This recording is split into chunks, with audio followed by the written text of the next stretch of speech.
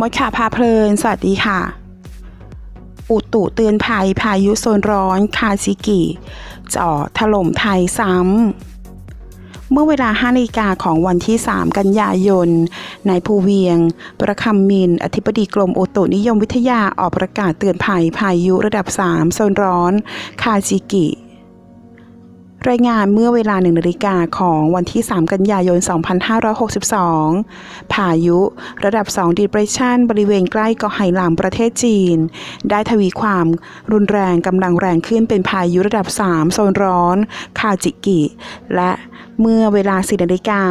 มีศูนย์กลางอยู่บริเวณเมืองแวะชายฝั่งประเทศเวียดนามตอนกลางหรือว่าลาติจูดที่ 16.3 องศาเหนือลองติจูด 107 องศาตะวันออกมีความเร็วลมสูงสุดใกล้ศูนย์กลางประมาณ 65 กิโลเมตรต่อชั่วโมงพายุนี้กำลังเคลื่อนตัวทางทิศตะวันตกเฉียงใต้อย่างช้าๆลักษณะเช่นนี้ทำให้ประเทศไทยมีฝนฟ้าคะนองหลายพื้นที่และฝนตกหนักบางแห่ง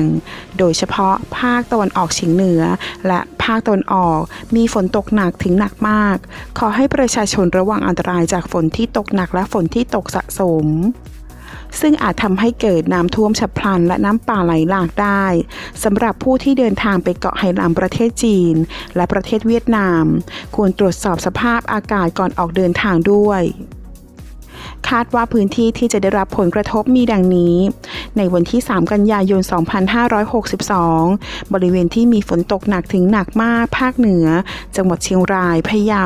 ลำปางแพร่น่านพิษณุโลกพิจิตรอุตรดิตถ์ตากสุโขทัยกำแพงเพชรและเพชรบูรณ์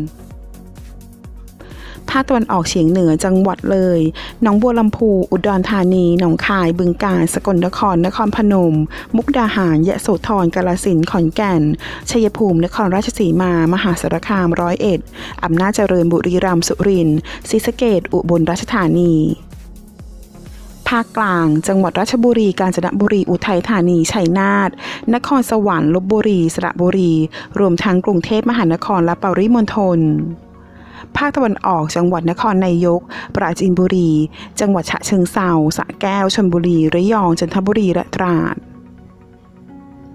ภาคใต้จังหวัดระนองพังงาภูเก็ตกระบี่ตรังและสตูลในวันที่ 4 กันยายน 2562 บริเวณที่มีฝนตกหนักภาคตะวันออกเฉียงเหนือจังหวัดเลยหนองบัวลำพูอุดรธานีหนองคายบึงกาฬสกลนครนครพนมมุกดาหารยะโสธรกาฬสินธุ์ขอนแก่นมหาสารคามร้อยเอ็ดอำนาจเจริญและอุบลราชธานีภาคตะวันออกจังหวัดชลบุรีระยองจันทบุรีและตราดภาคใต้จังหวัดระนองพังงาและภูเก็ตสำหรับร่องมรสุมพาดผ่านทางภาคเหนือและภาคตะวันออกเฉียงเหนือเข้าสู่พายุระดับ 3 โซนร้อนคาจิกิบริเวณเมืองแวะฝั่งของประเทศเวียดนามตอนกลางประกอบกับมรสุมตะวันตกเฉียงใต้ที่พัดปกคลุมทะเลอันดามันประเทศไทยและอ่าวไทยยังคงมีกำลังแรงต่อเนื่องทำให้ประเทศไทยมีฝนตกหนักบางแห่ง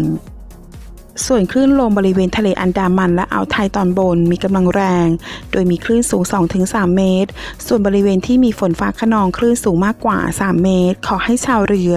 เดินเรือด้วยความระมัดระวังและก็หลีกเลี่ยงบริเวณที่มีฝนฟ้าคะนองเรือเล็กบริเวณทะเลอันดามันและอ่าวไทยตอนบนงดออกจากฝั่งจึงขอให้ประชาชนติดตามประกาศจากกรมอุตุนิยมวิทยาอย่างใกล้ชิดและสามารถติดตามข้อมูลที่เว็บไซต์กรมอุตุนิยมวิทยาที่ www.tmd.go.th หรือว่าสายด่วนพยากรณ์อากาศ 1182 ได้ตลอด 24 ชั่วโมงประกาศณวันที่ 3 กันยายน พ.ศ. 2562 เวลา 5 นาฬิกากรมอุตุนิยมวิทยาจะออกประกาศฉบับต่อไปวันที่ 3 กันยายน พ.ศ. 2562 เวลา 11 นาฬิกาขอขอบคุณข้อมูลจากสำนักข่าวสยามนิวถ้าเพื่อนๆชอบคลิปนี้ฝากกดไลค์และกดกระดิ่งติดตามได้ที่ช่องมดข่าวพาเพลินด้วยนะคะ